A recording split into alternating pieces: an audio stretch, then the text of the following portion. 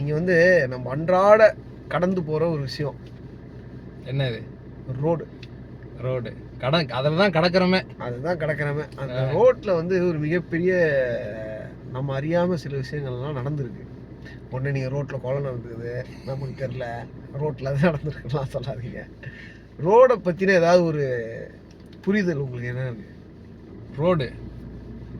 Road தாங்க நம்ம எல்லாரையும் கனெக்ட் பண்ணுறது. கனெக்டிங் சிட்டிஸு, கனெக்டிங் பீப்புளு, அந்த மாதிரி விஷயம் எல்லாமே ரோடுனால தான் நடக்குது.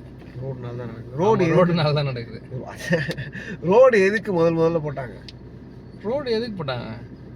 ரோடு வந்து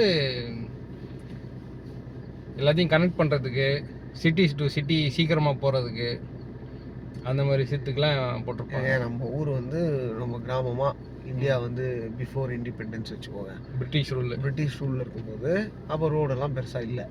ஆமாம், அப்பயே இருந்ததுங்க. இல்லைங்க, ரோடுனா இந்த அளவுக்கு கான்செப்ட் எடுத்துகிட்டு வராங்கல்ல, இந்த அளவுக்கு இல்லை. கான்செப்ட் ஆஃப் தி ரோடு எதுக்கு நம்ம ஒரு ஒத்தையடி பாதையில் நடந்திருப்போம். இவனை வந்து ரோடுனா தார் ரோடு சொல்கிறேன் நான், நீங்கள் சொல்கிறது பாதை. இந்த ரோடு எதுக்கு பிரிட்டிஷ் எடுத்துட்டு வரானுங்க? முதல்ல பிரிட்டிஷ் தானே போடுறாங்க. முன்னாடி ரோடு இல்லை, அசோகா போட்டாருன்னு சொன்னாங்க. போட்டாங்களா இல்லையா தெரியல.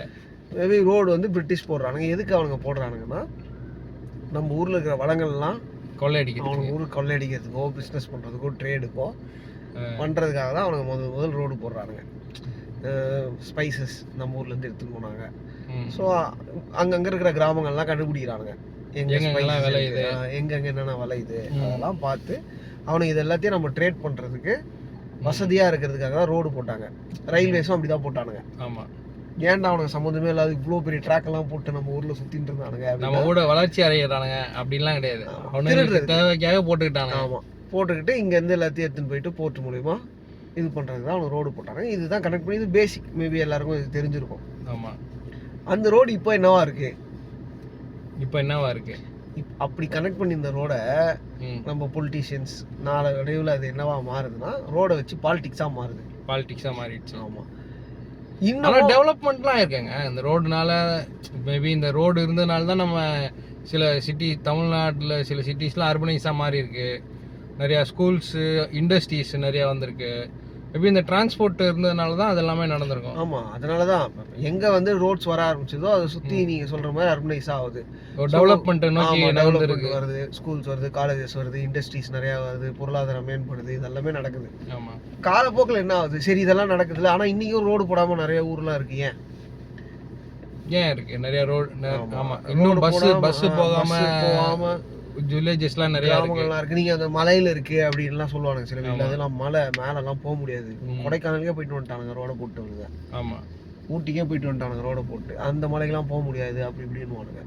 அதுக்குள்ளே ஒரு அரசியல் இருக்கு. ஏன்னா அந்த மக்களோட தேவை வந்து இவங்களுக்கு தேவையில்லை. ரூலிங் ஆட்சியில் இருக்கிறவங்களுக்கோ, எனி கைண்ட் ஆஃப் பொலிட்டீஷியன்ஸ் யார் ரூலிங்கில் இருக்கானுங்களோ அவங்களுக்கு வந்து அவங்களோட தேவை கிடையாது. இப்போ அந்த இடத்துல ஏதோ வளையுதுன்னு வச்சுக்கோங்க. இப்போ அந்த இடத்துல ஒரு கனிம வளம் இருக்கு, அதை டிரான்ஸ்போர்ட் பண்ணலாம் அப்படின்னு யோசிச்சானுங்கன்னா அதில் எப்படி ஊழல் பண்ணலாம், அங்கேருந்து எப்படி சீக்கிரமா அந்த பொருளை எடுத்துன்னு வரலாம் அப்படின்றதுக்காக ஒரு ரோடை போட்டு எடுத்துன்னு வந்துடுவாங்க. இவனுக்கு கனிம வளம் வரைக்கும் கூட நீங்கள் போவானா, பேச்சம்பழம் ஈச்சம்பழம் கிடைச்சாலே போதும். பேச்சம்பழம் நம்ம ஊரே கிடையாது, சொல்கிறேன். அந்த அளவுக்கு ஏதாவது ஒன்று கிடைச்சா, அது பேர் அந்த இதெல்லாம் இருக்கு, கடுகு, பிரியாணிக்கெலாம் போடுவாங்க, பட்டை, கிராம்பு, கொஞ்சம் பச்சையாக பெப்பர், ஏதோ ஒன்று ஸ்பைசஸ் சின்னதாக ஏதாவது ஒரு ஊரில் கிடைச்சா கூட உங்களுக்கு ரோட ஏலக்காய் அக்காவை தான் கேட்டுக்கிட்டு இருக்கேன். அந்த அக்கா எங்கேயாவது இருந்தால் கூட இவனுக்கு போயிட்டு ரோட போட்டு வந்துடுவாங்க. அதனால அவனுங்களுக்கு வந்து தேவையில்லை. அவங்க என்ன பண்ணுறாங்க, நாளடைவில் அர்பன் நோக்கி வர ஆரம்பிக்கிறாங்க. அவங்க பிஸ்னஸ் பண்ணோம், ட்ரேட் பண்ணோன்னா அவங்க கஷ்டப்பட்டு கீழே வந்து பண்ணிட்டு போகிறாங்க. இவனுக்கு இதை வச்சுனே ஒரு அரசியல் பண்ணுவானுங்க. நான் போட்டுறேன் ரோடு, நீ போட்டுற ரோடு, நான் போட்டுறேன். ரெண்டு கட்சியும் மாற்றி 3 கட்சியும் பேசிட்டு லாஸ்ட்டுக்கு ரோடு போடவே மாட்டானுங்க. அது இவங்களோட பிரச்சனை வந்து அதுதான். இன்னைக்கும் ரோடு போய் சேராத இடங்கள்லாம் இருக்கிறதுக்கு காரணம் அவங்களோட இது நம்மளுக்கு தேவையில்லை அப்படின்னு அவனுக்கு முடிவு. ஸ்டார்டிங்ல இருந்து அப்படி ஆயிடுச்சுன்னு நினைக்கிறாங்க. ஒரு ஹைரார்கி வந்து ஒரு பணியார்த்தனம் உள்ள வந்ததுனால நீ வந்து எனக்கு தேவையில்லை, சில குறிப்பிட்ட ஜாதிகள்லாம் நீ வந்து உள்ள ஊருக்குள்ள வந்து நீ என்ன பண்ண போற அப்படின்ற ஒரு மனநிலைய கூட இருக்கலாம். அதனாலேயே வந்து ரோடெல்லாம் அங்கே எதுக்கு உனக்கு ரோடு, ஃபர்ஸ்ட் அவன் நீ மனுஷனாவே மதிக்கல அப்படின்றப்போ அங்க ரோடு அவசியமே இருந்திருக்காதுன்னு நினைக்கிறேன். அதான் அது காலப்போக்கில் கொஞ்சம் மாறினாலும் இப்போ அப்படி போய் சொல்லலாம் முடியாது ஒரு ஆளுங்க. இப்போ முடியாது, தேவையில்ல அப்படின்ட்டு ஏதோ ஒரு இடத்துல நிராகரிப்பாப்பு பண்ணி வச்சிருக்கானுங்க அவனுங்கள. ஆனா இப்போ கொஞ்சம் எல்லா இடத்துலயும் மேக்ஸிமம் எல்லா இடத்துலயும் போட்டுட்டு வராங்கன்னு நினைக்கிறேன். எல்லா ஸ்கூல்ஸும் நிறைய ஜாப்ஸும் வேறு வேறு இடத்துல க்ரியேட் ஆகிறதுனால இப்போ ரோடோட நீடு வந்து ரொம்ப ரொம்ப மஸ்ட்டாக இருக்குது எல்லா ஊருக்குமே. இப்போயும் ரோடு போடுறேன்றானுங்க, கான்ட்ராக்டில் பண்ணிட்டு இருக்கானுங்க பாருங்க. ரோடு போட்டுருவானுங்க வந்து பார்த்தா பேத்து எடுத்து அவ்வளோ தூரம் வந்துடும் ஒரு வாரத்துலேயே. ஊழல்ல சில ஏரியாலாம் ரோடே போடாமல், இந்த கரூரில் பாருங்க, ரோடு போடாமலே ரோடு போட்டதா பில்லை போட்டு பாஸ் பண்ணியிருக்கானுங்க. இது முன்னாடி இந்த கவர்மெண்ட்டு இப்போத்தி கவர்மெண்ட்டில் முன்னாடி இந்த கவர்மெண்ட்டு. ஆனால் இப்போ அவனுங்க கவர்மெண்ட்டில் அப்பயே கம்ப்ளைண்ட் பண்ணியிருக்காங்க, பட் இப்போ தான் வந்து ஆக்ஷன் எடுக்கிறாங்கன்னு நினைக்கிறேன். ஆனால் அது எந்த அளவுக்கு ஆக்ஷன் போகும்லாம் தெரில, சும்மா அப்படி காட்டியிருக்கானுங்க, ரைடு போயிருக்கானுங்க, அவ்வளோதான்.